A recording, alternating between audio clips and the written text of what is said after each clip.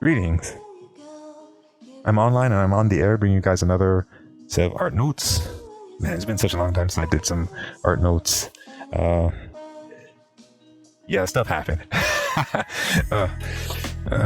Because I'm bringing you guys a set of art notes because I strongly believe that education should be free. In some places it is, just not here in corporate America. These set of notes I wanted to cover making comics because, well, that just happens to be something that I happen to be tinkering around with at the time. It's been a while since I've worked on something like a tutorial and didn't have to worry about getting blocked or something. It's really discouraging, you know. I'm trying to decide if I should do something on gestures or pipelines. Guess I'll talk about gestures, or maybe a little bit of both, but I think I'm just gonna be talking about gestures. Let's see how it goes. So now, when I started doing a comic, I like to try and gesture it out first. Keep things really loose and fast. I try to gesture out the entire issue before doing anything else. That way, I get a good feel for the flow, for the pace of the story. This sort of leans into working with different pipelines, which is something I want to avoid doing for now. But who knows how these things go? I might end up talking a little bit about that. Let's just see how things go. If I try to only gesture one page then stop and fully complete that page before gesturing the next, the pacing and the flow of the story tends to get disrupted. It doesn't turn out as well. It generally takes a bit longer to do. You sort of lose your train of thought for the next page. You could almost compare it to driving a car and stopping every 5 or 10 minutes. It's sort of like changing gears or something.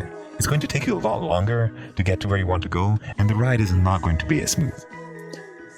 And, well, as I stated before, it's going to take you a lot more time to do it and to basically get back up to speed, because you keep changing gears and stuff. So these issues sort of relate to working with certain types of pipelines. Something I'm trying to avoid talking about pipelines, but it sort of relates back to pipelines. There's actually a story behind this. A story for another time. So when you're gesturing things in, I gotta lay out the story, like panel per panel. The first scene is going to be like your establishing shot. It'll show you basically where you are, wherever you are in space. Where are you? Are you in space? Are you in school? Are you in a museum? Wherever. You could be anywhere in the park.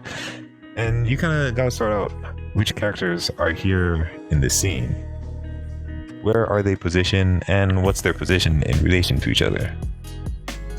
Sometimes I have trouble figuring out what kind of scenes I should use when doing these kind of things. So I end up switching to some defaults, some basics that almost always work. Let's say you have some dialogue in one panel, right? And in one panel